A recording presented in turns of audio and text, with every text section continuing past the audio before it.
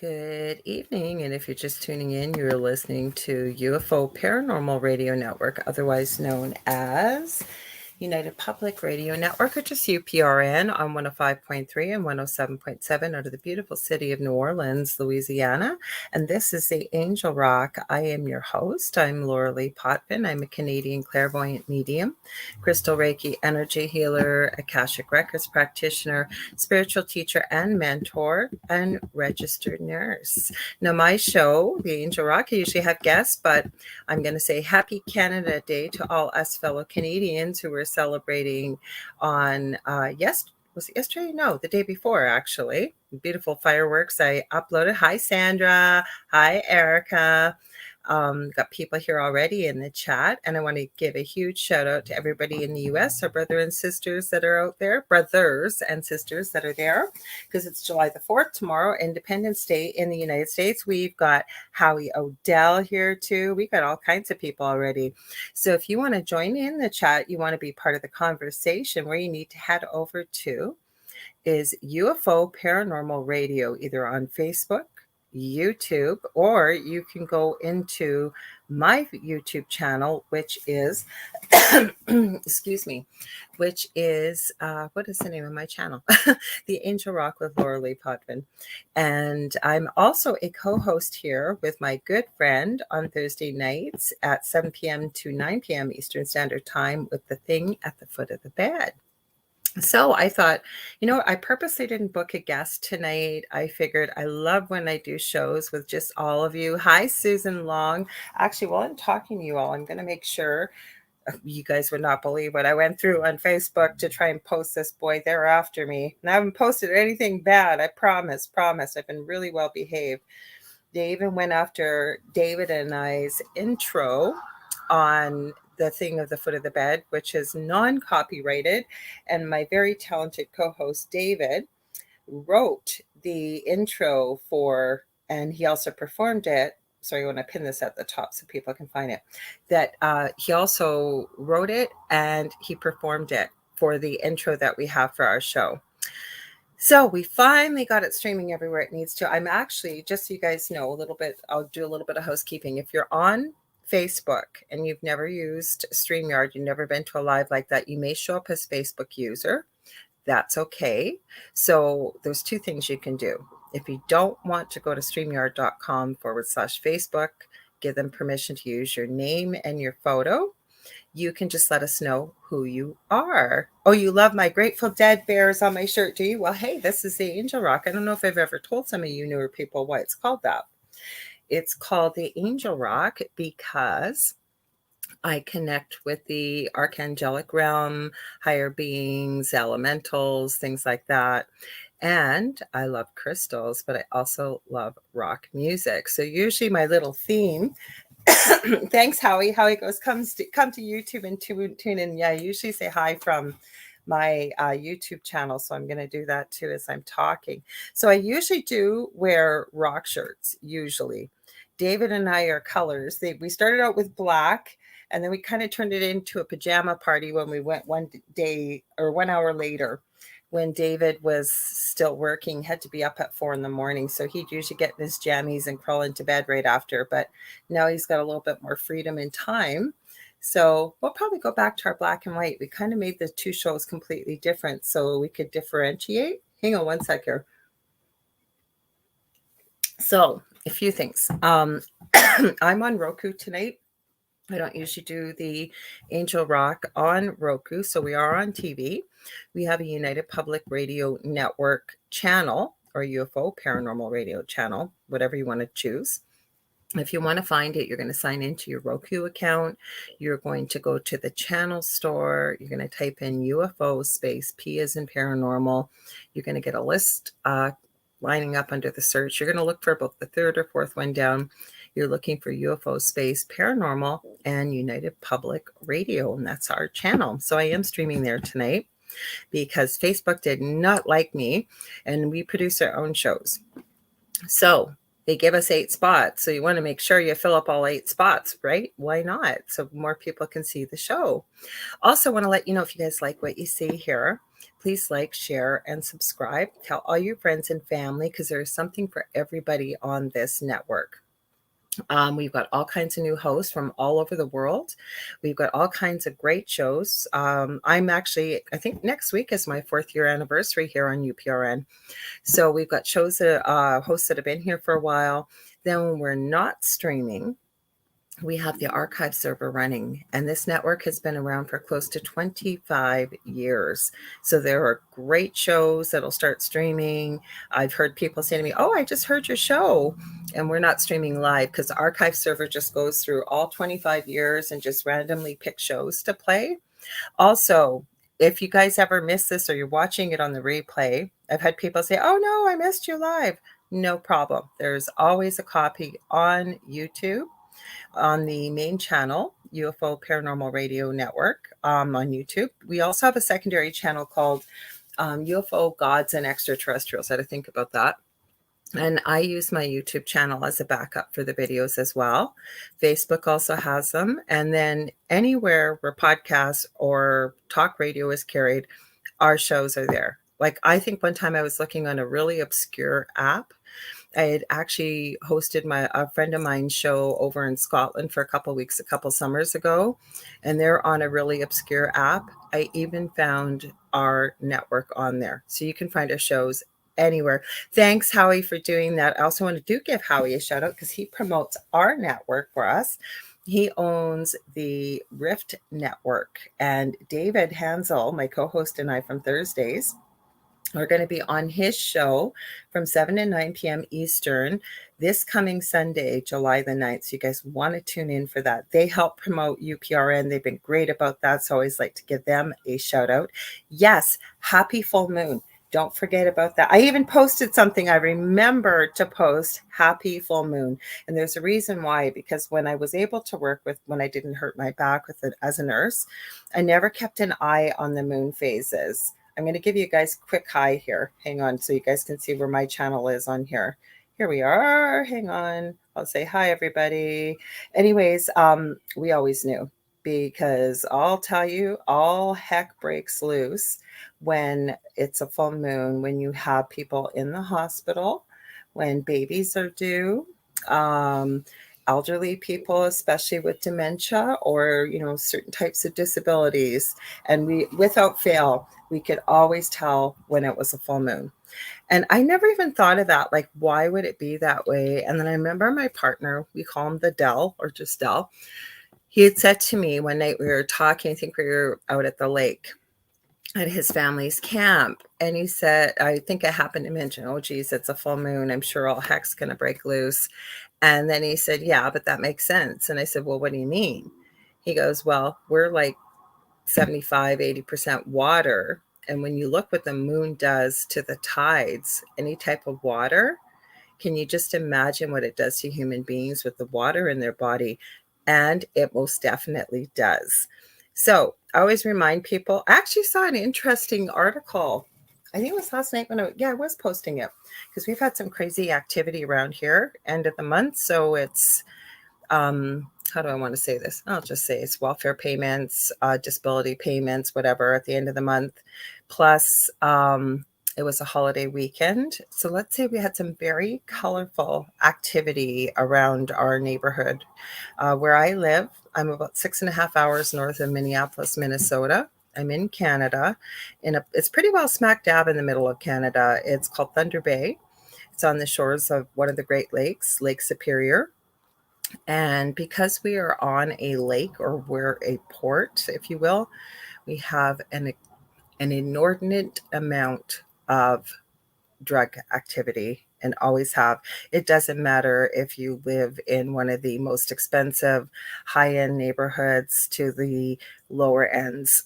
Excuse me, a very high amount of crime. I remember I was talking to one friend one time, and he lives in Texas, and we had just sort of gotten to know each other as friends. And he looked where I lived on my profile, and he looked it up, and he goes, "Oh my God, you live in the murder capital of Canada." And I said, "Well, Per capita, yeah, we do.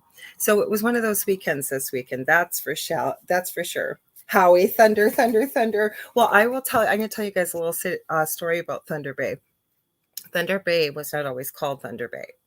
It used to be two cities. So when you meet people that are older, like my parents are in their mid to late 70s and beyond, I live on the north side, which used to be Port Arthur. My parents live on the south side, which is used to be known as Fort William.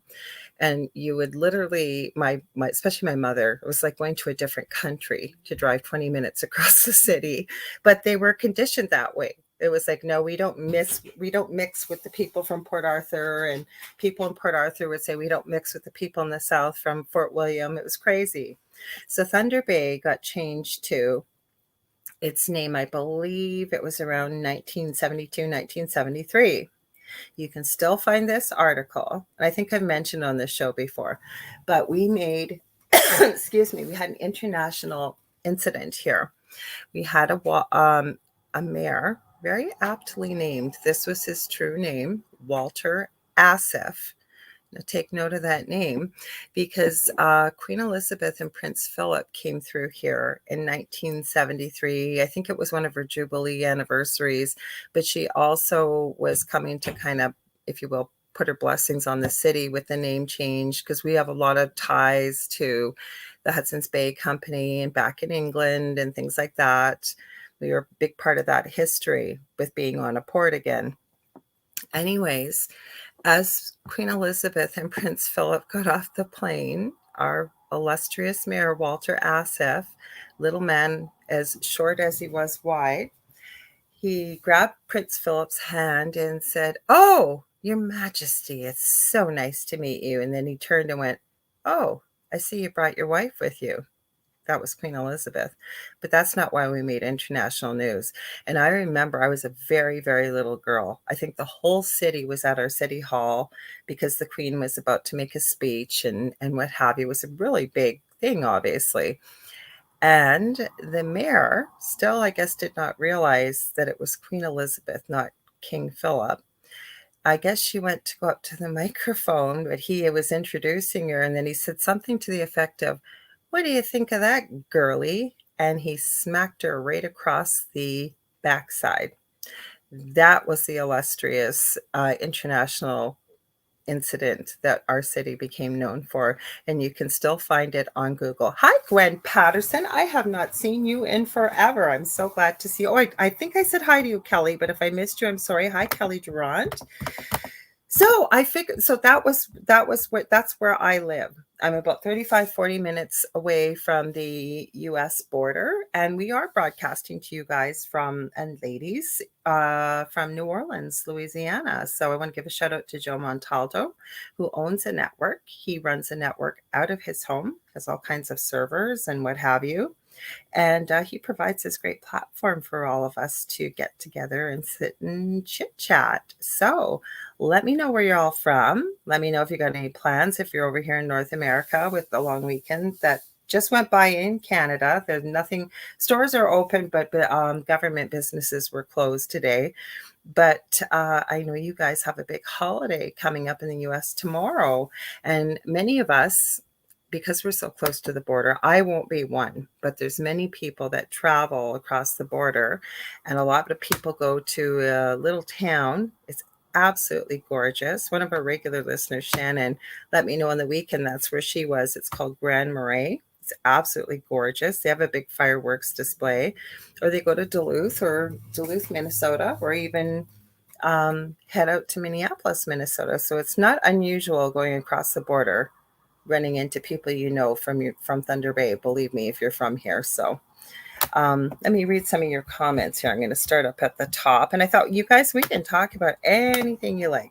There's certain topics we can't talk about, obviously, because they're certain platforms don't like us to talk about them, but we usually don't talk about those kind of things. We talk about the spooky, ooky, strange, unusual, unexplained. We also talk about the spiritual type things, unusual, power of the mind, power of positivity, those kind of things. So Erica says, oh, she told us already where she's from. She said, much gratitude from the Carolinas. Okay, I got to do it, Erica, because I told you I would never forget you again, and I never have. Erica was at one of my lives when a good friend of mine, Leanne, was on. I call her the Crystal Wizardress.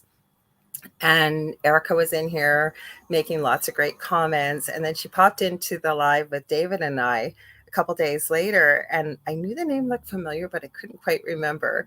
And she made the best statement ever. She said, I'm the crystal whore from Monday night. So I always refer to her that way. We get a good giggle out of it. So I'm not being disrespectful. We've got Sandra Sharp here. She says, hello, Lorilei. And she's saying hi to Erica. And then we got Howie, like I said, from the Rift Network. And he said RN. I think he was referring to and right now.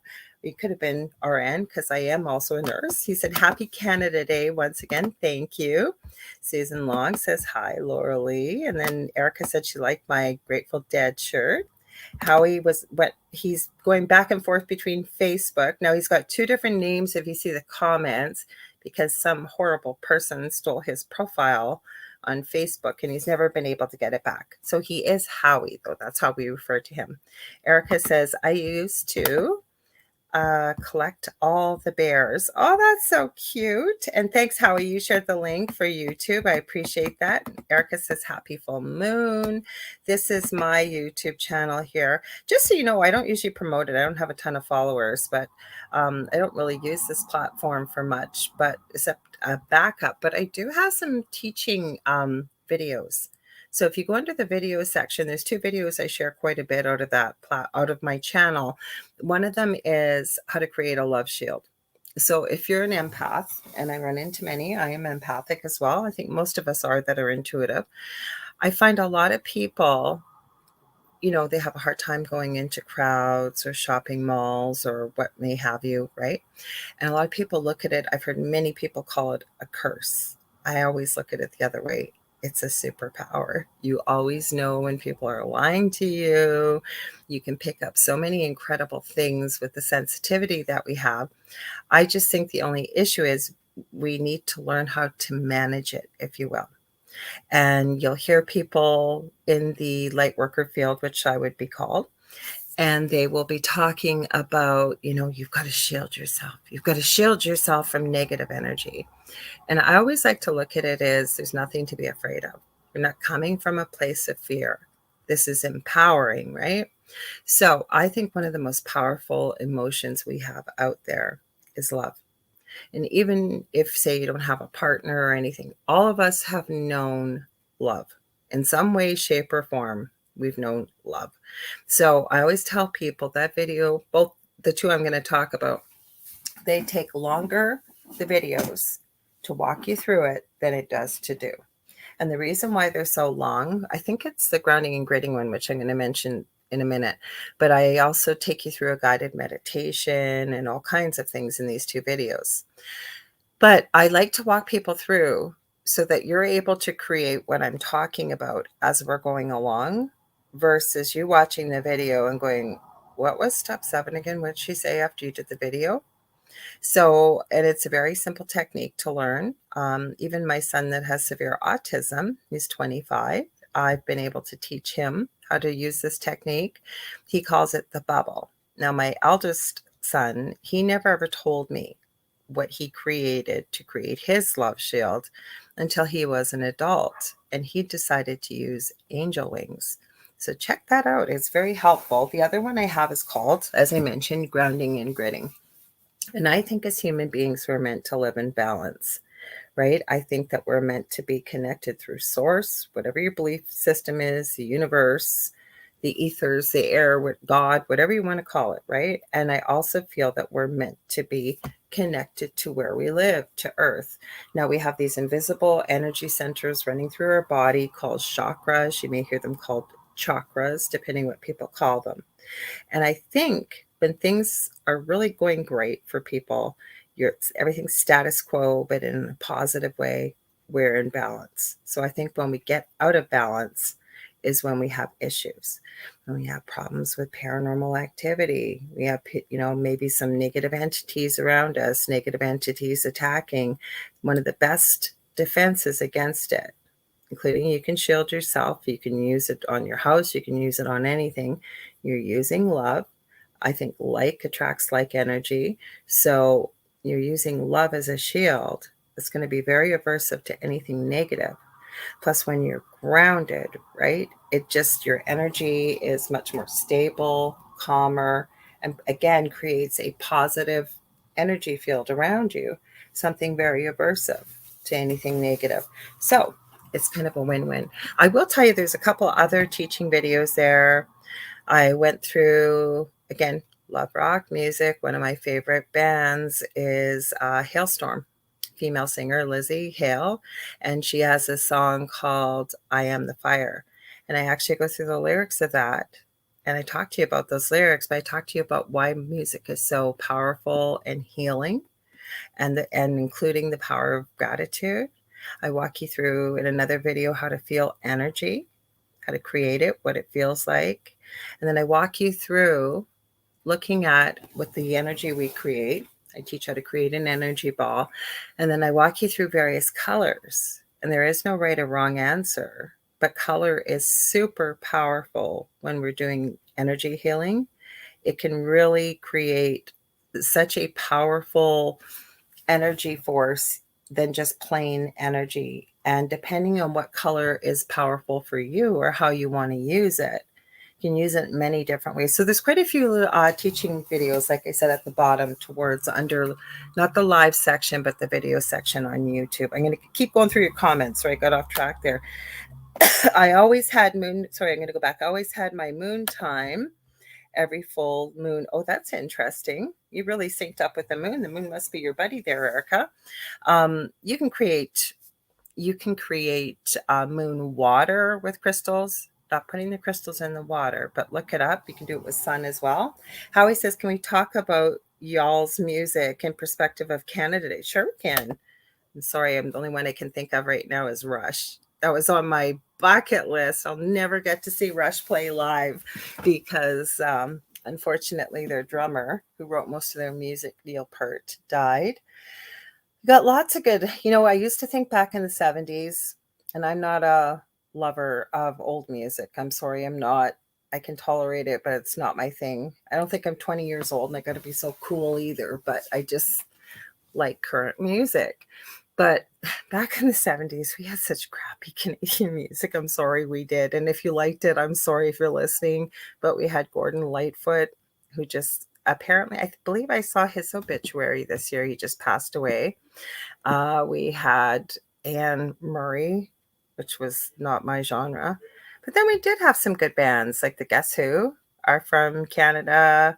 Bachman Turner Overdrive. He used to be Randy Bachman. Used to be part of the Guess Who. Now he's still touring. He tours with his son Tal Bachman.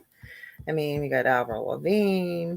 Even Mr. Bieber came from Canada. I could go on and on. I have lots of favorite bands from Canada. One of them is Simple Plan. They've been amazing to both of my boys. They met my boys. That's quite a story in itself when they were little. Took me about 2 weeks to arrange that. Found out I know the owner. Actually, not owner. I believe he's very high up. He is with Live Nation, and he's from Thunder Bay. Paul Schaefer, who was on David Letterman, is from my city in Thunder Bay. Kevin, I always forget his last name. Big, tall guy. He's been in a lot of movies. Oh God, I wish I could think of the name, with Jason Statham. It had Sylvester Stallone. It had a whole bunch of the guys, and I forget. They were basically mercenaries for hire. There's a whole bunch of the guys. Arnold Schwarzenegger was in it. I believe Kevin was in there. I'll have to look up his name. He's from Thunder Bay. We've actually got quite a few people from my city, actually, that have done some bigger things in Hollywood and music. So Kelly says she's coming from central Minnesota, I believe. Please correct me. That may be mean, but I think it's Minnesota. So welcome. Gwen's in Alberta in Canada. Erica says whoop whoop. Howie says Virginia here. One of my all-time bands last year retired. Sega. I think I know who that is, actually, Howie. We've got Roger Garza here. Hola, kiddo. Hope you're doing well. Roger and Faye are some of our newer hosts. And the good thing about helping produce on the network, I get to meet all the new hosts when I get to help out on their shows. They have two great shows. Roger is bilingual. He speaks Spanish and English. So we have Latino Psychic Visions on Wednesdays. You can feel free to post a time and everything, Roger or Faye. And then it's an hour and a half. And then on Saturdays, they have this Mugs for You. It's kind of like a morning breakfast type of reading chat. It's a lot of fun. They're a great couple, so check them out. Yeah, there we go. How could I forget Sum 41? I wasn't going to say Nickelback because a lot of people don't like Nickelback. I don't know how you can't like Nickelback, but we just have this because Dell, my partner, has very long hair, and people think he's like a headbanger, kind of whatever. He likes music, but he listens to all kinds. Like he shocked the heck out of me when I met him, when I found out that he actually liked Britney Spears and Justin Timberlake, and yet he likes rock music. And we were talking about Nickelback and the brilliance of Chad Kroeger with Nickelback, because before he became famous, supposedly he went online and asked people what they liked to hear in a song, what they found kind of catchy, like people that knew a little bit about music. So most of the songs in Nickelback apparently follow that formula, and they've been pretty popular. April Wine, not one of my favorites, but yes, April Wine is Canadian. BTO, Back in Turner Overdrive. Yeah. Oh, Loverboy. Oh my God. Bryan Adams. I went to a concert here. Was in the front row when I was 16, and Loverboy and Bryan Adams were playing. So there you go. I saw the last Police concert in Toronto when I was turning 16. It was like a 13-hour concert. It was the Police Picnic. That was a great time. I've seen lots and lots of bands and lots of concerts. Love music. We got Lizzie McLeod. Hi, welcome. And then what else is Howie saying? Yeah, Guess Who. Okay, yes, Finger 11. No, what was the name of their name before? I did not know this. Something Butt Surfer. Is it something buttholes or butt surfer hole? I don't know. I'd have to ask Dell. He knows. They had a really kind of aversive name before they turned into Finger 11. But yes, Skinny Puppy, Theory of a Dead Man. Yeah, again, I don't know why I've never really enjoyed Theory of a Dead Man. My partner Dell loves them, but I'm not super crazy. Thank you, Erica. Expendables. That's the movie I was talking about. Amazing music comes out of Canada. Well, thank you, Howie. I think so too. Not like I play for it. Heather Donlatovich says 5440. Yeah, that's an old band. I mean, then you get into like Blue Rodeo. I don't know if you guys ever heard of those guys. They used to be a big thing. And of course, a guy I like that he kind of doesn't do too much kind of podcast now, Kim Mitchell. You guys have probably heard his song, Go for a Soda. There's I Am a Wild Party. I mean, he had so many hits in the 90s. Roger, thank you. Roger posted the names and times for his shows here on the network. And then Howie says, hi, Heather, by the way. I didn't even say hi to you. Hi. Howie says, you know why they don't? Because I'm not quite sure what you're saying. I have to read the whole thing because Hook's comedian said they were lacking of ability, and the comedian is a weak comedian. Okay. I'm not quite sure what you meant. The Police. Oh my God, the Police. Now, the thing is, I never liked Sting once he broke away from the Police. There was a few songs. Get an album out when one of Phil Collins' albums was really good when I was in university, I remember. Butthole Surfers. Yeah, that's right. That's what it was called, Howie. Yeah. Finger 11 were called Butthole Surfers. That's what they were called. I did not know that till I got together with Dell. So there you go. Oh, how could I forget the Tea Party? I have seen them. They are amazing to see live. If you guys haven't listened to the Tea Party, you got to check it out. Now, not all of their songs I love, but they have a couple. They kind of almost seem like they're almost like a little bit of an East Indian influence in some of their songs. A really good Canadian band that I do enjoy and I've seen a few times too is the Trews, Trews. If you haven't seen them, check them out. They're pretty good too. I don't want to put anybody in timeout. Why is that coming up? They were going to put you in timeout, Howie. Why were they going to do that? Oh, Oh, thank you, Gwen Patterson. Yes, Kim Mitchell, Patio Lanterns, and then Howie. Back to Nickelback. Um, so you know why they don't? Oh, that was oh, sorry, because who?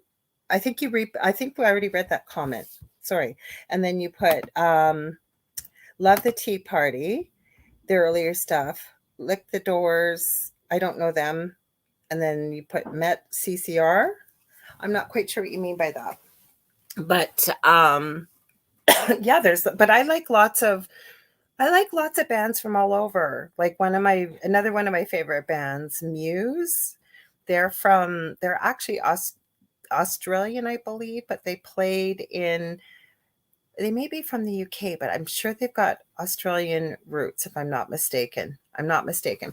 But they're a really good band, Muse. Then there's like I said, I love Hailstorm. I've seen them quite a bit. Never really got into the grunge movement, but I've seen Pearl Jam a couple times. I have seen Stone Temple Pilots more times before Scott Weiland died, because Dell and I used to go to. We've had a lot of bands that come through here. Again, being in the middle of Canada, you have to come through Thunder Bay if you're going from the west to the east or the east to the west, or you don't want to go, say, down to Toronto and go the US way.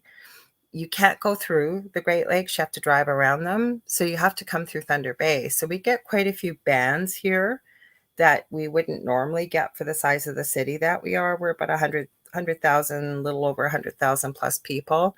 So we get quite a few good bands. My first concert I ever saw, I think I was 12, was AC/DC. They actually played here. I could not believe it. That was a great concert. Yeah, Heather's still adding us here. We got Toronto, Sweet Street Heart. Yeah, we got lots of bands, lots of good. It was just the 70s. We had really crappy music. I'm sorry we did, except for maybe the Guess Who, in my opinion. And then Bachman Turner Overdrive they're still good. Taking Care of Business. Like, who doesn't know that song, right? You don't have to, it's not like it's strictly Canadian. Those hits kind of went all over the world. So there you go, right? So here we are off on music. Hang on. You know who I was really shocked that's been from music? Because, like I said, I'll finish this thought first. Is Dell and I used to go to Rockfest in Cadott, Wisconsin, and we had VIP seats. So we would be, I think, about 10, 15 rows back from the stage. And it was nonstop music playing from 11 a.m. till 1 or 2 in the morning. I have seen Kiss. I've seen Motley Crue. I have seen not Guns N' Roses, but Slash and Miles Kennedy. I've seen, you name it, I have probably seen the band. But that's actually how I found Hailstorm years ago. And I've seen them 3 or 4 times. I love Pink. I love I actually like all kinds of music. I don't listen to the Grateful Dead. Oh, so Heather says my favorite underrated band is Tease. Oh, let's talk about that. Yeah, sorry. Heather says, I don't think I've heard of that band. Heather, you have to send me some songs by them. But Howie, yes, because this was kind of a conspiracy theory, wasn't it? People would talk about Jeff Martin, who is the lead singer of the Canadian band that we just talked about, the Tea Party, that he was the reincarnation of Jim Morrison. He looked like Jim Morrison. He kind of sounds like Jim Morrison. And not so much now. I find that he's older, but when they were around the same age. Oh, Heather says you have Sweet Misery. I'm not sure. Oh, Howie knows who Tease is, though. He goes, oh no, Tease, LOL. Like, I don't listen to a lot of older bands. So Sandra says, my boyfriend in Southern California knows the band members of Motley Crue. No way, because that's where I was going with this. I wanted to finish the thought. I don't know if any of you have all seen this or not, but what can I say? Vince Neil just went out of my head very quickly. Vince Neil, the lead singer of Motley Crue, he has been on a lot of paranormal shows. Have you guys seen him on that? And it's so sad. I mean, I think he's had a lot of tragedy in his life. I mean, I know he was on one time. He's been on, I think, with Kim Russo a few times, but he's been on Celebrity Ghost Story. He's been on a lot of things. And Sandra says her boyfriend actually knows a lot of musicians. And Howie says, my sister was engaged to Bill Leverty from Firehouse. I've heard of the band Firehouse. I wouldn't know, I might know to see him, but I don't know his name. But that's interesting. Well, my brother, I always say, I have just one brother, no sisters. We're 15 months apart. I could not sing a note to save my life. Like if I sing, probably the dogs would howl. But I have all the creativity. Like I've drawn this tattoo. There's so much hidden symbolism. Most of my tattoos I've drawn, if it is something creative, I make it. Doesn't matter what it is, I can probably do it. Like you name it. On the other hand, my brother is extremely musically gifted ever since he's been a little boy. And he's never been taught, he's never taken a music lesson. He can play any instrument, and my brother sings and sings beautifully. It's not my favorite genre. He does blues and he does jazz. Now, another Canadian, I forgot about Colin James. He is open for Colin James before if there's blues and jazz festivals, he has opened in many of those and played in them. He has a couple albums. And I do have to say, my brother has a beautiful voice. And him and I don't speak in regular life. You know what family dynamics can be like, but I give credit where credit is due, and he does have an incredible voice, definitely. So there you go. Two siblings, complete opposites in every way, yet he couldn't draw to save his life, and I couldn't sing to save my life, but we both have different gifts and talents. And then you said Nikki kicks butt. Yeah, Nikki Six. Yeah, Motley Crue has an interesting story. Did you guys ever see the movie The Dirt? Yeah, Machine Gun Kelly playing Tommy Lee, and then I'm trying to think what else. I mean, they had the ex-wives of rock. Dell's a real big. Well, it's not. We know that reality TV is not real, but he would watch that. He likes to watch reality TV, and that was quite interesting. And Tommy Lee's sister in there. They had Bobby Brown, who was engaged to Tommy Lee and found out he had broken up with her when he married, oh God, another Canadian, Pamela Anderson. And then there was two of the girls. The other girl's name, I forget what her name was. I think it was Susan. Bobby was married to the lead singer after Tommy Lee of Warrant. And then the other girl that was in there, her ex-husband was Jerry, I think, from Warrant. He was the bass player, I think. I'm trying to think who the fourth one was, but that was an interesting show. Then you put Love of a Lifetime. I'm not quite sure what you meant by that, Howie. So Heather says, yes, Vince and Zach Baggins from Ghost Adventures are buddies. I did not know that. But the reason why I mention it is it was and I'd seen some of these episodes with Vince, but I'd not seen this one with Kim Russo. It came up one night. And she even said, I think you have some abilities. And like, I don't think he was acting because he's not that great of an actor. I've seen him on enough stuff. And he has such a sad story about that's who it was. His ex-wife was on the Wives of Rock. Was it Chenille? It was something like that, his ex-wife. And he had a baby with her, Skylar. And Skylar got cancer and died, I think, as a preschooler. It was really sad. I don't think he's ever gotten over that. Not that most people would. It's pretty difficult. I mean, right? Most of us believe as parents that we outlive, our kids are going to outlive us. So I'd seen him in a couple episodes like that, but it sounds like he's had a lot of paranormal activity around him ever since he was a little boy. Yeah, Heather, yeah. So Bobby Brown was married to Janie Lane, lead singer of Warrant.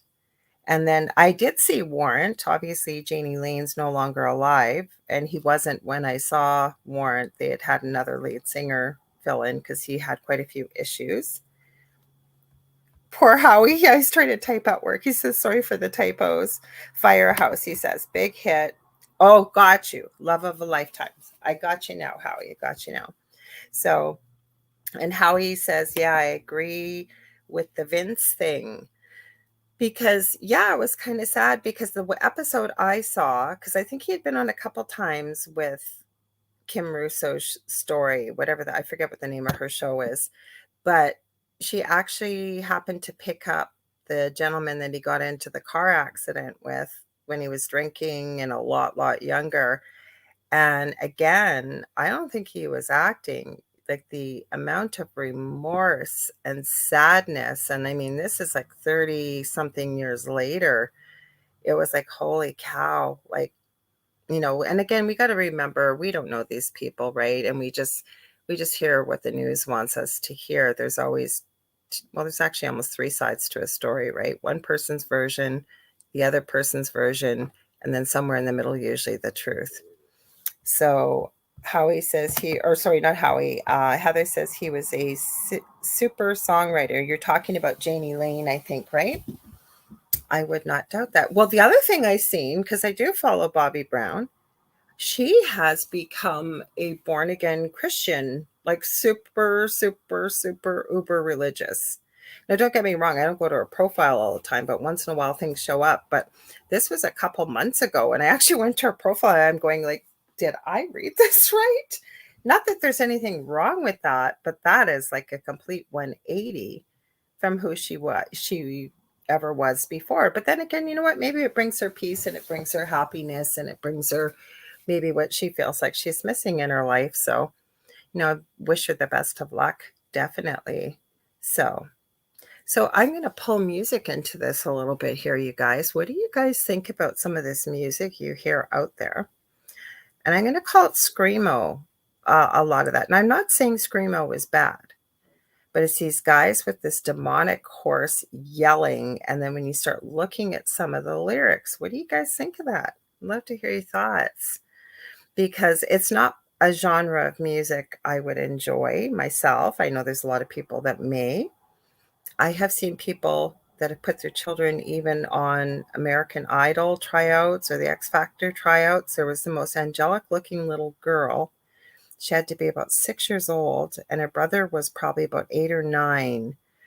And if I remember correctly, I think he played the drums, and she comes out there and you have no idea what these kids are going to sing.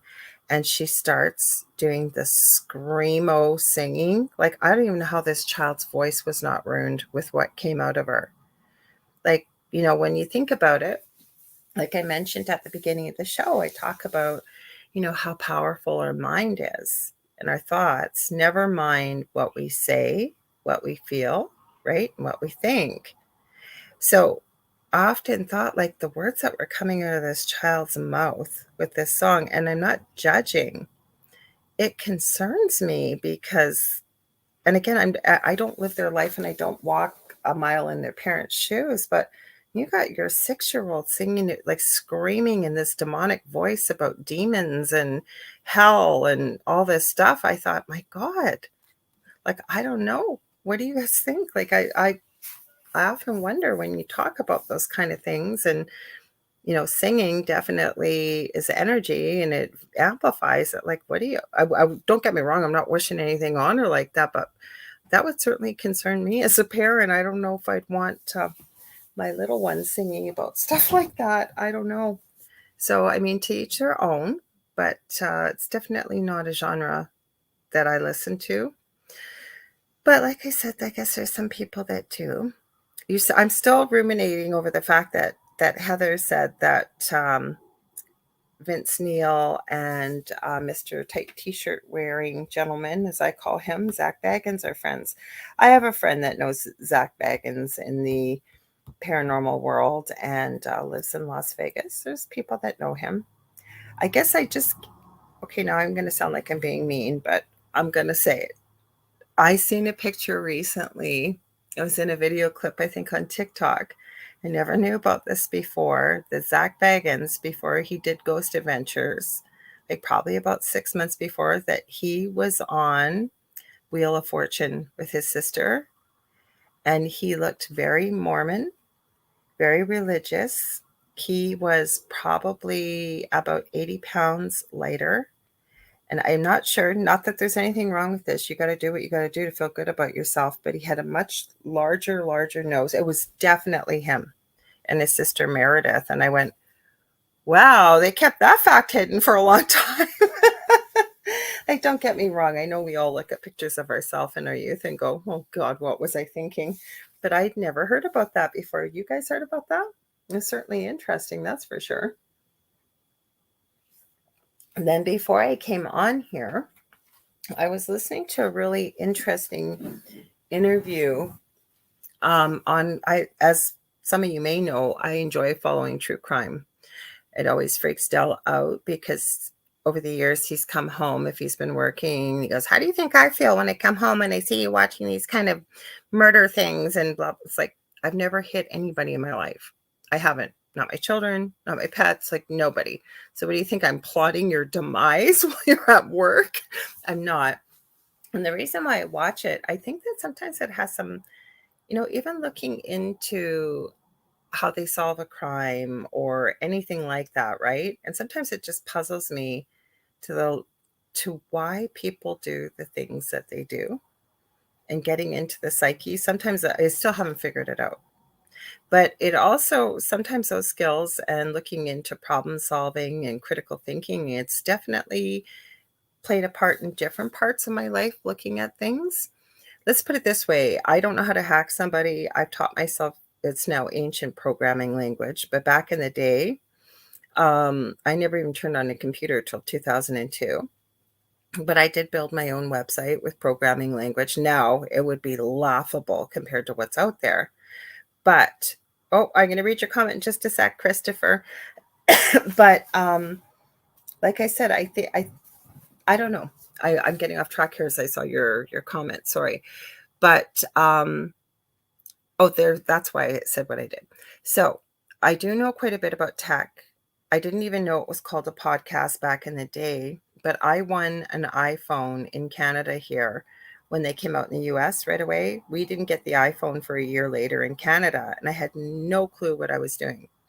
And I had to jailbreak my phone at that time. It took me about 10 years. So I really started getting into tech and looking at things. And I found communities to connect with to figure out what the heck I was doing. So I ended up meeting up with 3 other guys, and we used to do a show once a week on Blog Talk Radio about the iPhone before it was even called a podcast. My whole point is I have no idea how to hack someone. Can I reformat a computer and stuff? Yes. So when there's a virus or whatever, yes, I can help people. I'm not an expert. I would never say I'm an expert, but I sign up for a lot of hacking websites. Big, long way to get to this story is, would I ever hack someone? No, I wouldn't have a clue, nor would I want to learn how to do it. But it helps me, again, get into not necessarily a thought process, but what's coming up, what's up and coming, what are these people planning, what are they putting out there, and how to solve it is where I'm going with that. That's why I enjoy true crime. Now, one of the shows I follow, I'm going to give it a shout out because they do have really incredible guests on there and whole different platforms on a lot of different things. It's called Surviving the Survivor. And last night, this gentleman, Joel, who's the host, used to work for Fox News. His mother, I believe, is 84 years old, does not look it. Apparently was alive during the Holocaust. And she used to be a social worker. She is sharp as a tack. And she joins him on Sunday nights on his podcast. And when she's not there, he has a cardboard cutout of her, and his audience adores her. She's amazing. So she started, I guess, asking him some questions about UFOs. So he's been doing Sunday night shows on UFOs. Last night, fascinating show about it. I'm going to get into it because we got a lot of comments here. Hi, Michelle. You think you know my brother, Heather. Well, my brother didn't date many girls. I can tell you that. My brother, as far as I know, dated one girl before the woman he's been married to. And he's still married to her, has 4 kids. I have tons of cousins, though. My dad is one of 17 children. Some of my aunts have like 13, 14 kids of their own. And even some of my uncles. So I have a massive family. I'm going to read Christopher's comment here, then I'm going to get back to the UFO stuff. So Christopher Lee Helton says, the guys in Vince Neil's bands are good friends of yours. Hey, right on. Ask if you want to come on my podcast. I'd love to have them on. And the guys who started the whole death metal music are good friends of yours too. I don't listen to death metal, not my cup of tea. Yes, you're right. There's death metal. What I was talking about though, yes, definitely would be a version of death metal, but it's like screamo. We had a Canadian band. I don't know if you were here when we were talking about Canadian music. It was called Alexis on Fire. They would be kind of a, not hardcore, but kind of, they would have been, they're no longer together, a milder version of screamo, but it's just this like the guy is screaming while he's singing, and it's just like they're talking about some pretty evil kind of things. So yes, he is. Heather, get down, dog. I'm sorry you heard the death metal. My dog's coming to say hello. She thinks she's a lap dog. Oh, you missed it. Yeah, we had a big conversation. If you go back, if you want, Christopher, at the beginning, Howie, he's at work, so you might have ducked out to get back to work. He brought up, because I'm Canadian, even though we're broadcasting out of New Orleans, and brought up about Canadian music, because Canada Day here was July the 1st, and you all have July the 4th tomorrow, Independence Day. Yes, Heather, my brother is definitely married. So then, yep, you might know who you're talking about, definitely. Anyways, back to Surviving the Survivor. They had this Dr. Michael, I'm probably going to screw up his last name, Sheeran, I think. He was the skeptic. And then they had a gentleman by the name of Scott. I forget what Scott, I'd have to look it up. He actually is a ballistics expert with shootings and all kinds of stuff, but he also is heavy duty into ufology. Then they had a director on there. I looked up the name. Let me see if I can find it. He was just getting an award, though, for a film he released April the 8th. It was a UFO type film, so he could only stay for a few minutes. It was too bad he couldn't stay longer. I'm looking for the name here. Let me see if I can find Accidental Truth. So apparently it's doing really well. I'm looking to see if I can find it. You can buy it paid if you want to rent it. But he was getting awards for it last night. And then they had this lawyer on. Her name was Paige J. Fox. And she's actually working with another lawyer, and they're looking for more lawyers to join their team, that they're setting up a case with the U.S. government for disclosure. So it was pretty interesting, fascinating podcast. So if y'all are interested in stuff like that, you may want to check it out. It's on YouTube. But it's interesting to hear somebody from a legal perspective looking into preparing a case to see if they can try and legally force disclosure. I'm going to do a prediction. I never do. And I'm not being negative, but I don't think it's going to happen. But if they don't try, right? You can't just say, well, no, it'll never happen if you don't give it a try. So wasn't super impressed, I got to say, with the skeptic that was on there last night. Now, even though I posted numerous times in this live, I think especially when it comes to the paranormal and the unknown, UFOs, anything like this, we have to have a healthy dose of skepticism. We have to look at it. We have to try and debunk it. Is it something maybe that could also be responsible? What does the evidence show us? Even if it's unknown, still trying to debunk, is there anything else that could have caused it? Where I had the problem with this gentleman who's a skeptic, and I guess he teaches Skepticism 101 at one of the universities in the United States. He runs Skeptic Magazine. Understand, he eats, breathes, and sleeps skepticism. But my problem with a hardcore skeptic is he wasn't very open-minded to even give it just an iota of maybe it could be something besides him. Everything was no. I need hardcore answers. Like he wanted it hardcore, served up on a silver platter, remove the lid, and here you go. This is what it is. And when we're dealing with the type of things that we are in the paranormal and the UFO world, I'm sorry, you're going to get pictures, you're going to get evidence, you're going to get all kinds of stuff, but it doesn't mean you're going to get a hardcore answer about what it is. So, and he got into it with this Scott gentleman. He's got a podcast. I wish I could remember his name. Maybe I'll look him up while I'm talking to you guys. And they got into, because this Scott is a ballistics expert, and they got into him. It got very spicy because they got into it about JFK, who shot JFK and who was involved. So it was quite the podcast last night. Anyways, I guess um, I was kind of in UFO alien mode. Speaking of surviving the survivor, I got a notification on here right now. Let me see if I can find this gentleman's name, Scott, because he does have a podcast. And I thought, good for you. And it kind of made me sad. Willful ignorance and skepticism. Yeah, I agree with that, Sandra. Because, like I said, I think we have to keep an open mind. Heck, if we all remain so steadfast in our beliefs, I can tell you from when I first entered this world, and I never did it willingly, um, I always say the paranormal found us. I wasn't looking for it. I mean, I've changed my mind about a lot of things with the more people I meet and the more things I learn and I discover and with research, right? And even if I don't have the answer, I always say I put it up on the proverbial back shelf that I know I truly believe truth will reveal itself eventually, right? It may take a lot of time, but eventually you're going to get an answer.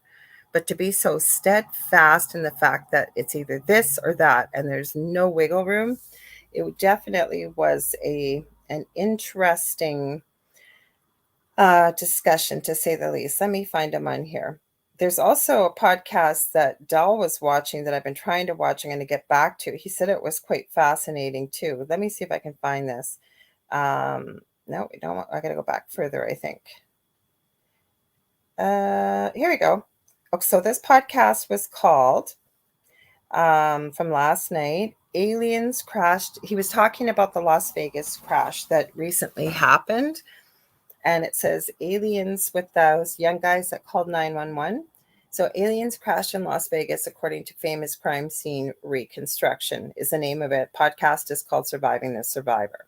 And they got into a little bit about the discoveries of David Grush with the United States government. My big question with that is, why now? Why now? Even about this crash in Las Vegas, when that went viral, this happened back in April. Why now, all of a sudden? That kind of came up in the discussion last night. So let's see. We'll get the name. Scott Roeder is his name. So he's a founder of the Evidence Room. He's an internationally recognized evidence specialist, consulting in over 1,500 cases since 2001. So the reason why I brought him up, he got into a huge disagreement with this. Sorry, I said his name wrong. Dr. Michael Shermer. So, and it was kind of sad because, I tend to sort of go with this Scott Roeder. I mean, you do this for a living. This guy knows all about ballistics. So I'm going to get to your comments in just a sec here. And then Paige, she's an estate planning and probate attorney working in Chicago. This is what I found so fascinating about her. She works in elder law issues and she's an attorney at law with her, it sounds like her own law office, but she happens to be a believer in extraterrestrial life and speaks openly about it. Like, it was so wonderful to hear, but it made me really sad because these two guys kept going at it all night long. She didn't get much of an opportunity to speak. So it was kind of sad, but if you check it out, it was a pretty cool podcast. I brought it up. I'm just going to read a couple comments here. Christopher Lee Heffern, is it Heffern? Sorry, Helton. Sorry. I got Robin. Robin must be at his concert, you guys. You all know Heffern Paranormal is usually here. I don't know if any of you are friends with him on Facebook. He's got this massive concert going on in the UK, and he did it last year. His wife passed away just after Christmas. His wife was there last year, so he's on his own this year with his daughter. But he lives close to it, I guess. And so I can't believe they let him do this. It's all fenced off, and he's got this massive ladder, and he climbed up the ladder and he's filming the whole concert and playing it. He loves Def Leppard, so I think he sent it to me on TikTok. I was just watching his post from watching Def Leppard, so he's probably at his concert because he's usually here. So I apologize about that, Christopher. He said LBJ and the CIA. Yeah, I'm going to be careful with what I say here because we're on YouTube, but I agree 100%. 100%.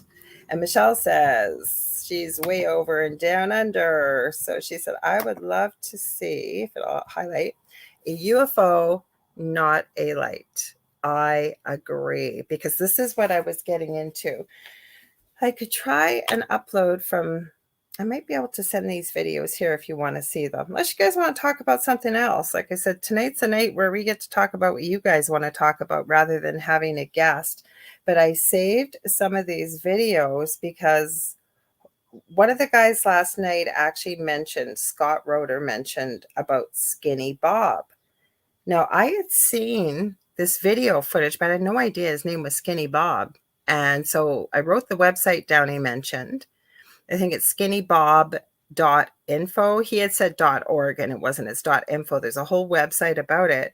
And then lo and behold, one of the people I was checking out their stuff that came up in my feed, that I'm going to show you some of the clips, they had something on this guy, Skinny Bob, again. And I'm starting to think, the other side start, spirit's trying to tell me something, because usually when something shows up in my field more than once in a very short period of time, that's usually a sign for me to pay attention to it. There's a reason why. Don't know what the reason is, but from not ever hearing that name in eons and not really paying any attention to it, that all of a sudden I've heard it twice now in about 8 hours.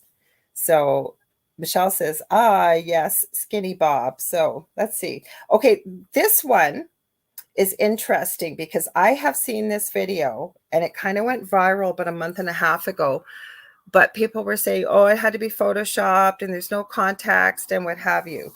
So hopefully nobody gets mad because we play it, but I'm going to play some of it. Video that emerged on the internet. An alleged encounter between a man and an extraterrestrial being took place at an undisclosed location within a secret base in the United States.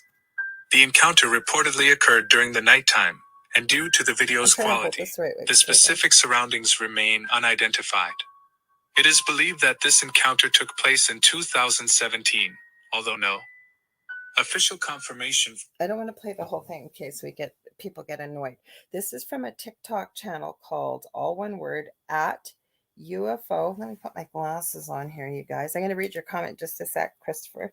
Okay, at UFO, V as in Victor, I, D as in dog, EO, S as in Sam, T as in Tom, K as in Kevin Bacon. If you guys remember from a few weeks ago. Christopher, you weren't here. A few of us, the others were here when we showed Kevin Bacon's Speedo he was wearing in the first Friday the 13th movie. Oh, dear God. People are still talking about this. I'm still getting comments. So I think we showed it on the thing at the foot of the bed, though. And it was, it's quite the thing. If you haven't seen it, you got to check it out. Anyways, this video clip went viral. I don't know about y'all, but that looks pretty darn real to me. There you go. Sandra brought it up. I'm going to read these comments now. So Christopher says, too cool. I shot Def Leppard a bunch of times for magazines. Really nice guys. Yeah, I've seen Def Leppard. Really good. Awesome. I made my living as a professional rock photographer. I did most all the major mags in the 80s and 90s, plus shot for major record labels. That is so cool. I cannot believe you were not here at the beginning of the show. We were talking band. I don't normally talk rock on or music on this show, but part of the reason why it's called the Angel Rock, I'm repeating myself, is because I love rock music and crystals. So we were talking about Howie, who's gone back to work, but he was talking about, let's talk about all the great Canadian musicians and music. And that's how we got into this discussion. So that's so cool that you're here tonight. Welcome, Chris. I'm glad you're here. So Michelle says, I want to know if someone who was living, who had been abducted, passes away. Can you connect with them about it? You know what? Did you ask this question when David and I were there? Because I think you did. If not, David got this, because David, my co-host for Thursday night show, the thong at the end of the bed, that's what we nicknamed it, from The Thing with Kevin Bacon's Speedo. He was asked that. Now, I can honestly say to you, I have never tried. But to me, what I feel I'm picking up from Spirit right now is, if they felt that they wanted to disclose it, there's no reason why most people are going to hide it. I would imagine, yeah, they could tell you about it. Why couldn't they? There's no limitations on the other side. there's no repercussions. So I can't see why they couldn't tell you. It's a good question, though, Michelle. It's a really good question. Michelle says, I'm really curious about it. And Sandra said there is no space and time. Yeah, I think they could. Let me know what your thoughts are in the chat, you guys. What do you guys think? I think that once you're over, see, we're not really who we really are, right? This is just kind of like, and I'm not trying to be facetious here, but we're basically here in a leased vehicle, if you will, right? Our body is not who we are. And who we really are is when we go back home, as I call it, or when we pass away, we live forever. We never, and again, there'll be people that don't believe that, and that's okay. I respect that. But I know we never truly die. We just shed the body. We've had thousands of lives. And so I don't think there's any limitation when you're on the other side. So I guess if it served a purpose, or you asked whomever you were connecting with on the other side and they so felt inclined to share it with you or give the answers, I can't see why they wouldn't. But being honest, I've never tried this. And I know Dave and I talked about this off air. So I don't know if you asked that before, Michelle, or if not, somebody else has asked it as well, because I don't think he's ever tried either. So Christopher says, a Canadian rock. I know who Aldo Nova is.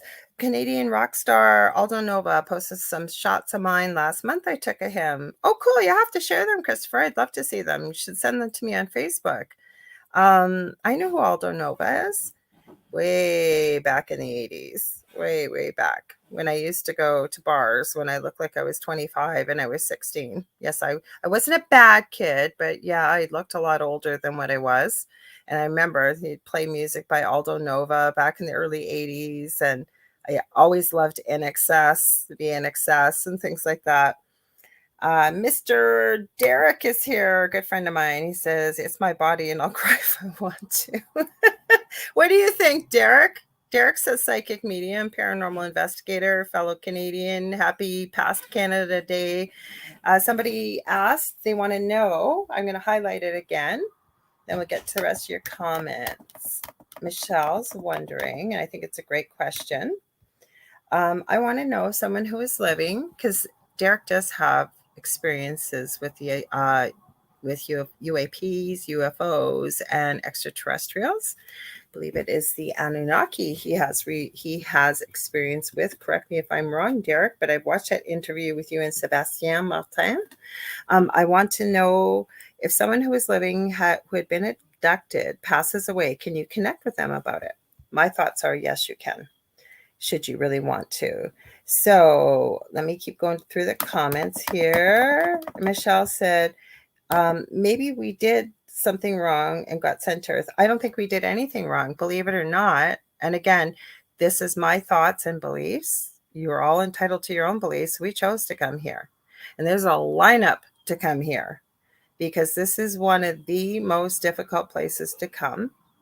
But it is also the greatest potential to come and learn and grow and evolve when it comes to our souls, because we come here with spiritual amnesia, most of us.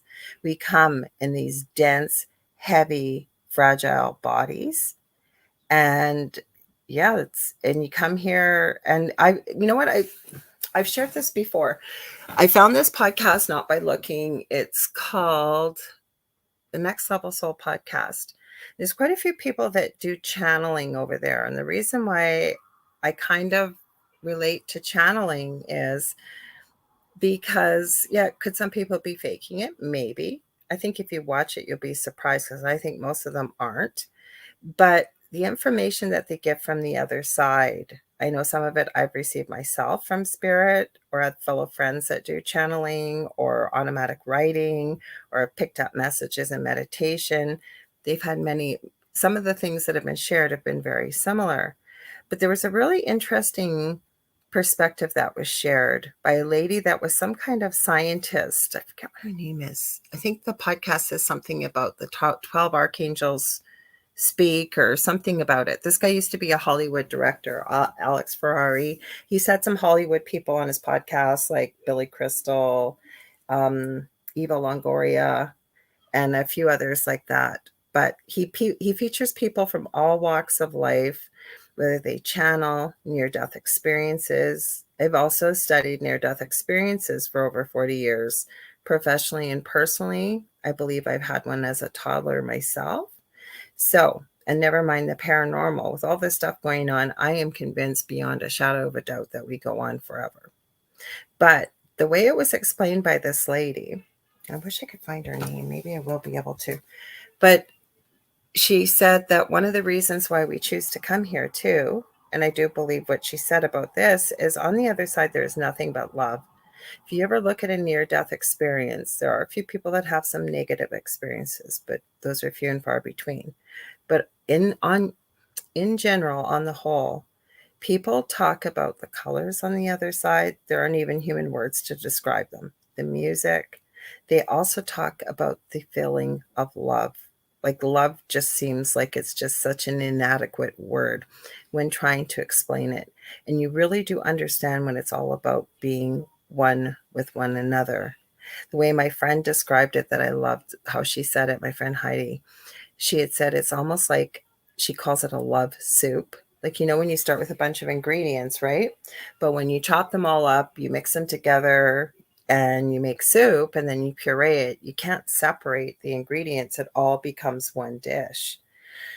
So with the amount of love that's on the other side, right? One of the reasons why they said, you know, you understand what it is to be one, but it's very hard to understand what it's like to know what separateness is. Now, again, she was channeling this from the other side, and she does it much better than I do, obviously, because it's coming out of her mouth. But she explained that that is one of the reasons. There's a multitude of reasons why we choose to come here. But we also, never mind wanting to experience the incredible vast array of levels and nuances when it comes to emotion, we also come here to try and understand what separateness is about, right? You think about this, if all you've ever known is hot and somebody tries to explain cold to you, you might be able to have a bit of an idea, but once we experience it, we feel it, we live it, then we do know, and we know the difference, say, between hot and cold. Well, that's the same as understanding the difference between separateness and complete togetherness, complete oneness. So she also was talking about in this channeling session, though, about that humanity is shifting and changing, that we no longer feel that as souls we need to come here to experience separateness, that we're shifting into a different way of being, and the fact that we want to experience unitedness together. So we may see that in the future. And again, I'm not doing this justice. I'm saying this very quickly. But I do believe we choose to come here. And believe me, I have said myself, I sure wish I would have read the damn fine print before I agreed to this one. But we didn't do anything bad. May feel that way sometimes, but we didn't do anything bad. We're not being punished to come here like a prison, Michelle says, and your life is your sentencing. Well, I guess that's a way of thinking of it. But the other way I put it is this, that when we're having everything going absolutely incredible in our lives, right? Maybe it's that new feeling you have when you first fall in love, that honeymoon period where everything is just perfect and wonderful and birds are singing and you feel incredible, right? What do we all say? Oh my God, I wish this could last forever. Okay, so imagine if you had that all the time. There wouldn't be any impetus for you to try anything else. You wouldn't want to rock the boat, right? Let's keep things status quo. I love where I'm being. But you also don't experience and learn anything. And unfortunately, usually when we have the experience to learn and grow is when we experience something painful. It doesn't have to be that way, but it's kind of the way things work on this planet, if you will. But each one of us, I truly believe, is here for a reason. And we have the free will to screw it all up, because I believe we all set goals and I'll say goals that there's things we want to experience and things we want to learn. And we either do it or we don't. Now, again, I don't have all the answers, but connecting with spirit on the other side and looking into this, it almost seems like the further we deviate from what we set out for ourselves to maybe learn and grow, maybe it's more patience. Maybe it's just to learn how to relax and have an easy lifetime and have fun. Maybe it's to experience, it could be a multitude of things. And then you mix karma into that. Like I said, you could do probably 10 shows on this. But the whole thing is, say we decide we want to learn patience, and more than likely we're not going to end up in a Zen Buddhist monk, place with on the top of a mountain away from other people. We're probably going to have a heck of a lot of people around us, surrounded by people who are going to push our buttons, test us, because they're there. They're going to give you that push, right? And we have the choice. Do we, even though we may not be aware of it, we're either going to learn how to have patience with it, tolerate it, manage it, or maybe not. But the further, say, we get away from that design by we've decided we want to learn more patience in this lifetime, it almost seems like life becomes more difficult the further we get away from it. And then it's almost like spirit or our guides or whatever are giving us a shove, like to try and get back to that path that we set out on. And again, I don't have all the answers. You might think this is full of crap, and that's okay too. But to me, it kind of makes some sense, and I hope maybe some of it resonates. If it doesn't, that's okay too. I respect everybody's belief systems here. So I'm going to go through some more comments here. We got Sandra saying, radios have limited range. Psychic abilities are only limited by the individual's imagination. I agree. I was having this conversation with a neighbor and talking about, because nursing does incorporate therapeutic touch, which is a misnomer, because you work with the person's energy field. And one of my neighbors was having some pain yesterday, and I had asked them if they had ever heard of therapeutic touch, and they did. They're in university getting their degree in nursing. So I showed them how to do it. And then we got talking about healing and energy work. And I said, well, I never, ever cram my belief systems down other people's throats. So I said, if it comes up in conversation like it did now, yeah, I'm happy to talk about it. I guess it was the right time to talk about it too, because I had no idea this person was very open to these type of things as well. So that conversation, I think, was meant to happen. That's where I'm going with. I definitely agree 100% with what Sandra just said here. So Christopher said, check my Facebook page, Christopher Lee Helton Photography. There's an album of some music stuff I did. I will try and do that. Thank you, Christopher. And Derek says, yes, you can, with what you asked, Michelle. He said, when you asked about, can you connect on the other side if the person's had an experience and get answers about it? And Derek says, yes, you can. Even the man who passed and worked for MUFON. Not quite. You might have to elaborate a little bit on that, Derek. But I think you're answering Michelle's question. There we go. He already did elaborate. Sorry. He says, we decide to come here to become the cause and effect to people we meet, to help them go through their spiritual growth, just as they do for us too. And he said, no matter good or bad, unconditional love on the other side. Absolutely. I'm not sure what you mean here. Oh, you changed rooms to your ET page. Okay, yeah. So Derek is now in his other Facebook profile. That's what he's talking about. He changed Facebook profiles. So he does have an ET page. So I know Roger, one of our hosts, if you're just joining us, I should remind you too, if you just tuned in, you were listening to the Angel Rock on 105.5 and 107.3. Sorry, 105.3 and 107.7 out of New Orleans, Louisiana on UFO Paranormal Radio Network. Roger is one of our hosts with his beautiful wife, Faye. They are a new show on the network. They've got 2 shows. Wednesdays is Latino Psychic Visions, and Saturday mornings is This Mug's for You. Roger has also had, I think he's had a couple near-death experiences, if I remember, he told me. He said, when I came back from an NDE, I came back very loving. Also, material doesn't matter anymore. Very vivid colors. Yes, and you're right. Materialism, yeah, it's all just stuff. And having worked in palliative care, I did a lot of technical stuff, and I worked in the community as well. I always say I've been so deeply blessed to be there at the beginning of life hundreds of times. Having worked in the NICU, maternal newborn, labor and delivery, and then I worked out in the community when I hurt my back. And like I said, I did a lot of technical stuff like chemotherapy, central lines, you name it. I did all that stuff and I loved it. But where I had a real passion for was palliative care. And when, you'd admit a patient that maybe just got a diagnosis of something terminal, and then because I worked full time, I had an area, I'd usually be with them till the end. And then if they chose to transition back home, if you will, is what I call it, I would go out in the middle of the night and be there with them. And I can tell you, I have looked after very, very poor people. Some of the greatest life lessons I ever learned was working in that area of our city. And I've looked after multimillionaires, and not one person has ever, ever said, geez, I wish I made more money. Geez, I wish I had bought more houses and more cars and more this and more that, because none of it matters. You can't take it with you. But I can tell you, every one of them said, I wish I hadn't, not all the same things, but some of the examples they would say were, I wish I hadn't waited, maybe to take that trip of a lifetime, or, to wait till I lost that 30 pounds to do this, or I wish I had just said yes to many of the things I wanted to do, but maybe I was too afraid to try, or kept thinking I had more time.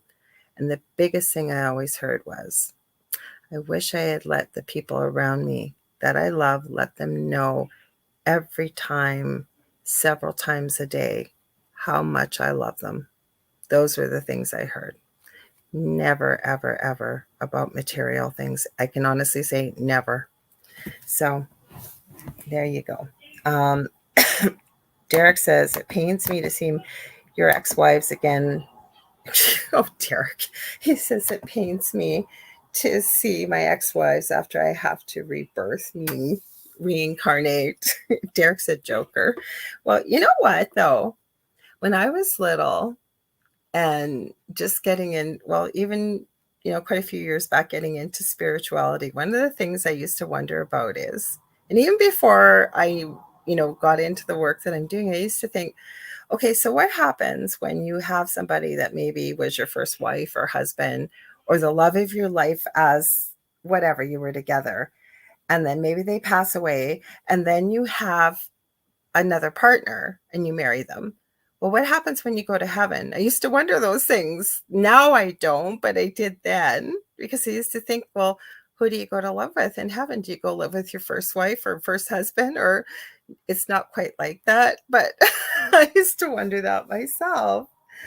And then Michelle says, these wee ideas, not what I believe. And that's okay. You don't have to believe them. It's all about perspective. Sandra says, you took a class on Seva, another therapeutic touch technique. Oh, well, we need to talk, Sandra. We've been trying to connect. I don't know where time is going. I swear it's going by quicker. I don't think I've heard of that one. I might have. It just might have a different name.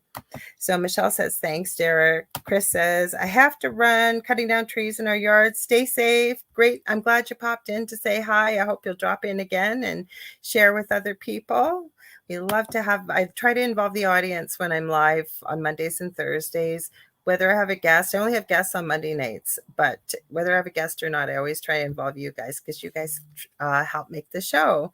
So Michelle then says, recently, I'm surprised how far my life has happened. Bam, I'm 52. You still feel 25. Yeah, we all do. Oh my goodness. Okay, I guess I can shout him out. He's been on this show before. This is my eldest. This is Logan. He goes, hey, Ma. Hello, Lovey. I'm so glad you're here. My son does not usually pop in my show, so I'm so glad to have you here. So I hope you're not embarrassing me. And I know why. He'll know why I'm saying that, because he has family visiting from his partner's side. So what a way for them to see me. So if you do see me, hello. I'm sure we'll get to meet in person. We haven't met yet. I'm glad you're here. So he has been on the Angel Rock before. So, and Michelle from Australia says, good day, Logan. So I don't have a guest tonight. So we're just chit-chatting about all kinds of crazy stuff. So I had I was talking, see, I get all over the place here with you guys. I was talking about that skinny Bob. So we seen, I think I'll play a little bit more of this guy. This was one that went viral. The video begins with a man standing a short distance away from what appears to be an extraterrestrial being, commonly referred to as a gray. Both individuals face each other. I'm showing you this because if you guys check this video out, I'll try and post it below here. these, excuse me, these guys actually shake hands. I'll see if I can find it in here. It's a human being, because this went viral, this thing, about a month and a half ago. And all you saw was a short clip of this gray standing there, and you saw the wood behind him, but you didn't see the context. Oh, I'm getting goosebumps. Hang on, you'll see him shake hands. Jake appears formal, devoid of any overt displays of emotion or excitement. Both individuals maintain a composed demeanor throughout the encounter, further adding to the enigmatic nature of the video. It is important to emphasize that the authenticity and veracity of this video remain unverified, as no official confirmation or statements have been released by the government or reputable sources. Skepticism should be exercised when evaluating the footage. The leaked video serves as a piece of intriguing. I thought it was going to show them shaking hands. I'll see if I can find it. Oh, here it is. Okay. I want to show them shaking hands. I won't play the audio because there's not much to see. Did it start playing? Yeah, it did. They're shaking hands. Sorry, I'll put it back a little bit. They start shaking hands. There's no, we don't know if this is real or not, or why this showed up. This is on TikTok. Then I mentioned this, apparently this was creepy. I won't play the audio, but this was creepy. Now I'm guessing this is probably a drawing. But remember, guys, I don't know if you've heard about Thin Men. Thin Men came from a creepy pasta. So people drawing and creating things like this. I hope to God I never see something like this in my lifetime, I'll tell you. But Skinny Bob. I had heard of Skinny Bob. Vast archives of extraterrestrial encounters. One video has captured the imagination of countless enthusiasts. Skinny Bob. This enigmatic footage showcases a mysterious being, commonly referred to as a gray alien, that has ignited a multitude of questions. Look at that. Well, you can't really see because it's in black and white. This apparently is from the 40s. But when you watch the video, see what you guys think if you check it out. Same channel. The eyes on this individual, very, very, almost very kind, peaceful, and compassionate. Seems to be radiating out of the eyes. And this is from the 40s. So we didn't have Photoshop back then and all the video effects that we do now. But I never, this sounds so ignorant, and I don't mean it that way, but it's not like you run into grays every day. But these 3 video clips, this one in particular, not this one. Alleged. This is another one. Look at how different they all look. Now that one looks a little fake to me. I don't know what y'all think about that, but I think it looks a little fake. So Sandra, you said the audio on that clip sounded very robotic. I think it's just the narration voice. Either it's his voice or the narration. So again, the channel is called, let me put my glasses on here.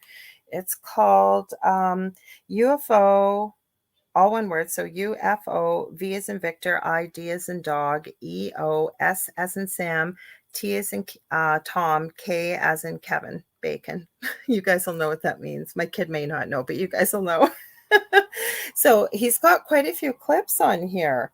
I wasn't looking for this, by the way. It just showed up. Okay, let me see what this is that you sent me, Michelle. Let me read your comment.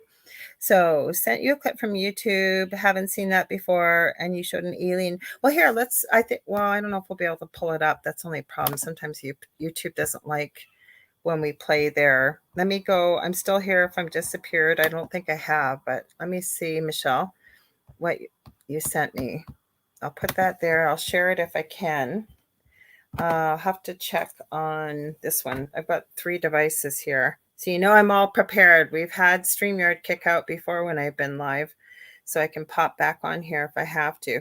Let me see what you sent me, Michelle, and I'll see if I can show it. That's why I'm not showing these very long, because, I mean, if they put them out in public, they expect people to see it. Why I have this popping up, God knows. Oh, Skinny Bob, the shocking leaked alien footage. Okay, so how long is this, Michelle, this video? Do you know? I guess I could just check it out. I don't have the audio turned up. So yeah, that's what I'm talking about, is Skinny Bob. And this Scott Roeder from the Surviving the Survivor UFO thing I was talking about last night. He was talking about, it's only 2 minutes long. So we'll have to see what they say. I'm just reading this. I don't know how anybody could verify, though, if this is real or not, because the Skinny Bob supposedly showed up in the 1950s when they got this footage. So it's hard to say whether it's real or it's not, right? Yeah, 1 minute, 57 seconds. Thanks. So I don't know. I've seen quite a few different clips, so of people that have caught them and what have you. Same as How to Hunt on YouTube. He's Canadian and he does Bigfoot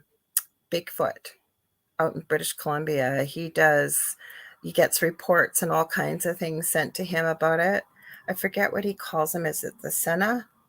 There's a First Nations word they use for Bigfoot now. I'll have to look it up after. I had it before, but I notice he's not calling them Bigfoot or Sasquatch, and neither the people writing, they use that word.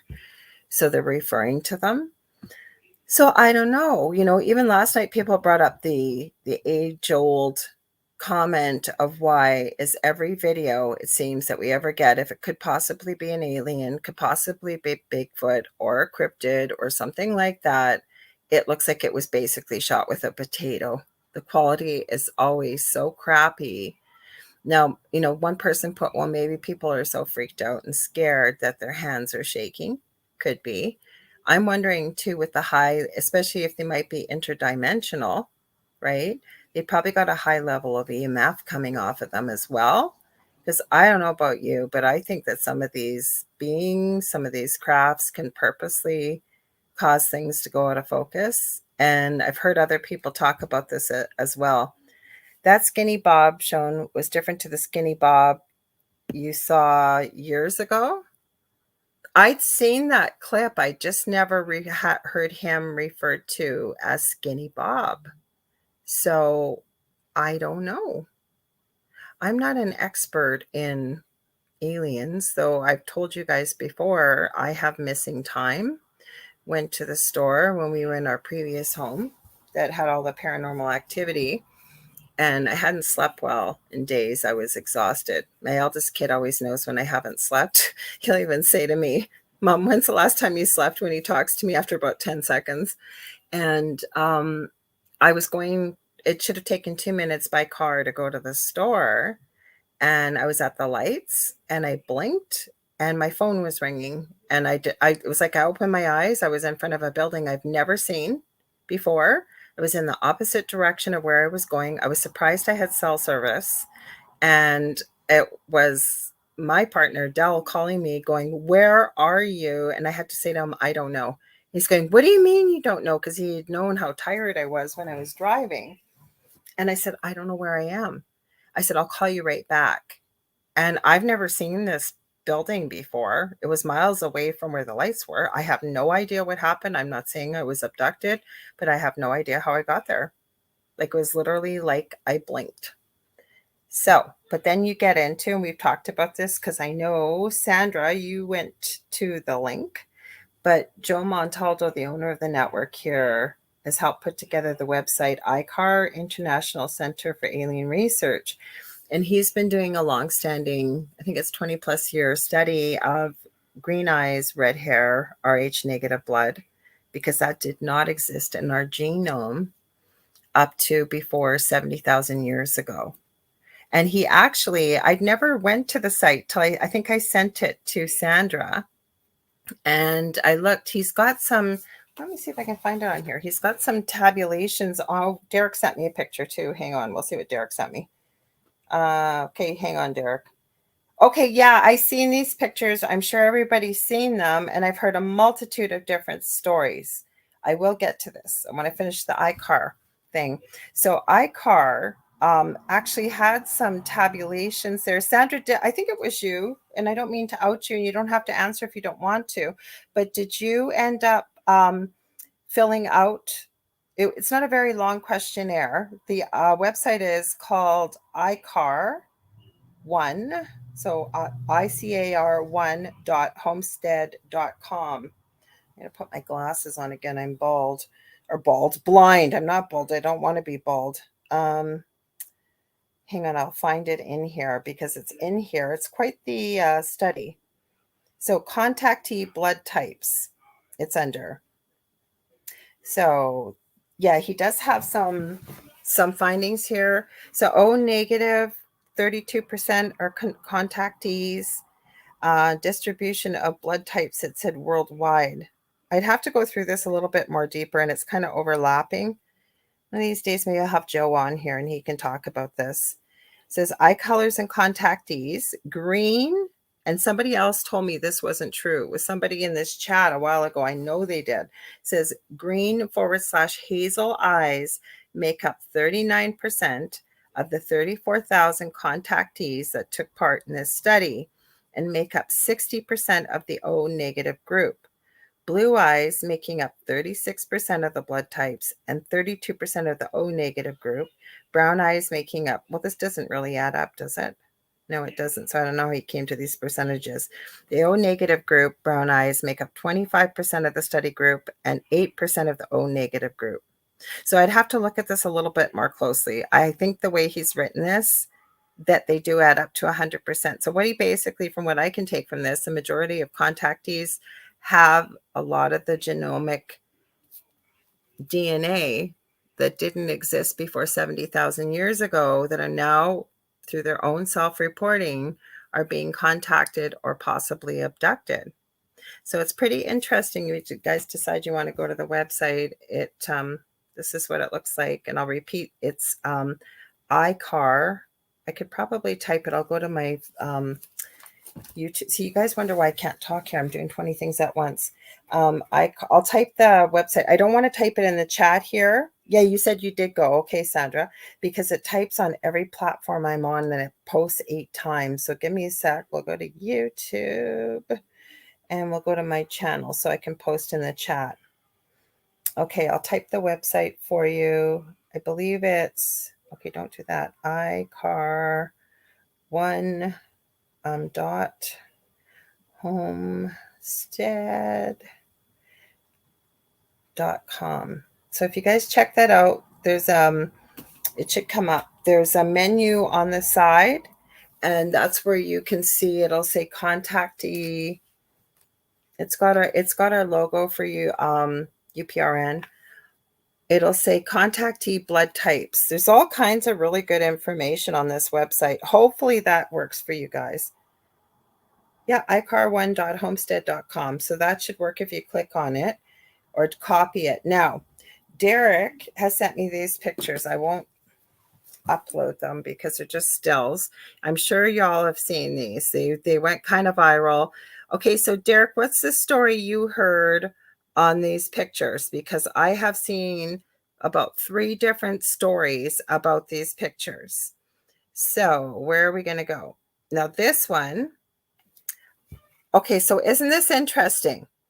This one I have seen, but the people in the background were African American. There was a whole bunch in Africa. Then, okay, what did Derek type? These are real pics, he states. Yes. Now the ones in the back, now I have not seen this one. This is interesting. Can you guys see that? Wow. Do you know where these were taken, Derek? Oh, good point, Sandra. I'll get back to your pictures, Derek. So Sandra says, and it is a good point, I forgot to mention it, filling it out does not include any personal information. Keep in mind that Joe's stats are, well, they're not just his. I guess iCar stats are strictly reflecting the results of iCar's own study, not the broader statistics from other sources. And that was very important to note. Thank you, Sandra, for saying that. You are absolutely right. Well, that is an interesting picture. So, okay, so what would you, he said 1908 from Antarctica. So what would you classify these extraterrestrials at? They don't look like your typical grays. I don't know. What do y'all think looking at this picture? I'm sorry, I'm trying to turn it so you can see it, but everything's backwards as I do it. So Derek sent us those. Let's see what else there is. Well, we've seen that one. Okay, this one, I know you say it's real, but it kind of, and I haven't seen it, but it kind of reminds me of that movie Paul, and I know that supposedly was based on a true encounter with Seth Rogen. So that certainly is interesting. Got some friendly ETs. Like, this is what I would call possibly typical grays, but Derek says he has many of them. And then Michelle says they look like snake-like cobra. Let me go back to that. I should probably, you know what I didn't see. Okay, now I got to end up posting these. Hang on. You guys will share them. I was trying to get away with not doing this, but we're going to do it. Hang on. How much time we got left? We got about 5 minutes. See how much time flies when you're having fun? Goes by way too fast. I love doing shows with just chatting with all of you. We get to talk about what you guys want to talk about. Okay, come on. Messenger, load up. Give me a sec, guys. It's deciding to be a pain in the butt. There we go. No, I don't want Gaia. What the heck is that? Okay, there we go. Hang on. Okay, Derek, hang on. Now it decided to close you. I don't know why it did. My computer likes to act up. Okay, let's do this. I'm going to go up. I should be able to take my glasses off. Okay, I didn't see that first one. Oh, this is a cute picture. I like this one. I didn't show it. So hang on. Okay, then we'll screen share. Let me see if I can make it bigger. Oh, I can. Good. They look like they're looking through a fish lens, and they almost look like they're part turtle. So let's see. Present. And in case I forget to tell you guys, stay tuned because we have Phil and Julia Syracuse coming up next with the Horsefly Chronicles. So Derek messaged me. You keep messaging me. Hang on. We want to share that. And then I got to go over here. Okay, well, add it. I made it as big as I could. Give me 1 sec. Okay, let me take that off of there. Hi, Manuel Lopez. Says love and light. So I don't know if you guys can see it. So that's one of the pictures Derek sent me. What do you think? They look cute. They look like they're part turtle almost, though, don't they? Hang on. Let me see what else you sent me. I only got a few more minutes there, Derek, so hang on. Let me see. What's the next one? Yeah, that's not what we want. So hang on. I got to close this. Come on, close. I'm going to get in trouble on Facebook here. That's all I need. Okay, give me a sec. Derek. This thing's all blown up now, so give me a sec. Okay, good. Let me see. Okay, we showed those pictures. You've got some newer ones. So let's show, this and this. I think I've seen this one before, Derek. Oh my gosh. No, I haven't. No, I have not seen this. Have you guys seen this? Holy crap. Wow. Well, isn't that intriguing? Okay, let's see. We'll go back. Let me see. Okay, we got another one. I'm not going to play it because I don't know what's on it, Derek, just in case, because I'm already in trouble with Facebook. They've been coming for me hard. So we're lucky we're playing this where we are tonight. So they all look so different. Holy cow. Okay, we got that one. Usually there's an arrow that I can go forward or backwards, but it won't let me do that. Okay, I'm keeping an eye on the time, y'all. Okay, here's another one. See if we can make that one. That almost looks like, at first I thought it was Bill Murray. And then now he looks like one of the bad guys from Star Wars. Not Counselor Palpatine or whatever, Chancellor Palpatine, but he certainly looks like somebody from there. Oh, so why does this dude on the left have this hat on? Wow. And I guess he's still alive because he's shaking hands. Oh my. These certainly are interesting photos. Thanks, Derek. Oh, this one's cute. I'm going to share this one. Then feel free, Derek, in the comments He's a little cutie. Feel free to post these in the comments. The show is pinned to the top of my Facebook profile. So feel free to share them because we're running out of time. You guys, that was lots of fun. I want to thank you all for being here tonight and for all your input. We went from rock music to aliens to music photography to all kinds of stuff. We went to the blood study on iCar. Thank you, Sandra, for filling in the gaps that I forgot to mention. The website is in the chat I shared. Also, if you ever want to get a hold of me, you can get a hold of me on facebook.com/The Angel Rock. If you ever have a guest idea, show suggestion, maybe you want to book a reading with myself. I do healing energy work. I do Akashic Records, Crystal Reiki. I also do mentoring.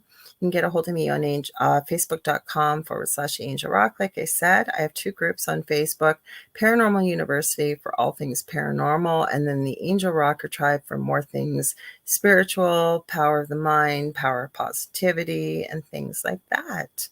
So I will be back with you on Thursday with David Hansel, my co-host, and we're going to be talking about, I have no idea. It'll be something funny, something crazy, something weird, something strange with the thing at the foot of the bed, or as we affectionately call it here, the thong at the foot of the bed. If you were there, if you know, and you know why. So we'll be doing that, and that'll be 7 to 9 p.m. Eastern Standard Time. So please, like I said, stay tuned for Phil and Julia Syracusa with the Horsefly Chronicles. Love you all so much. I hope you have a great holiday tomorrow if you're celebrating July the 4th, or if you're still celebrating Canada Day, or anywhere else around the world. If you're just celebrating or whatever you're doing this week, please stay safe. And again, like I said, send you all so much love and light as well as gratitude for tuning in. And we'll see you in a couple days. Okay, stay tuned next week because I have Adriana, one of our new hosts from the network, coming on. We're going to be talking about all kinds of things. She's the one with the, I think it's Spiritual Happiness is her show in the middle of the daytime on Mondays. And her show is liquid gold, giving away business tips to work smarter, not harder, not geared to any particular business. But I'm telling you, she's amazing. And she's into the paranormal too. So we're going to have a really good show. Okay, we'll see you on Thursday, guys. Take care. Stay safe.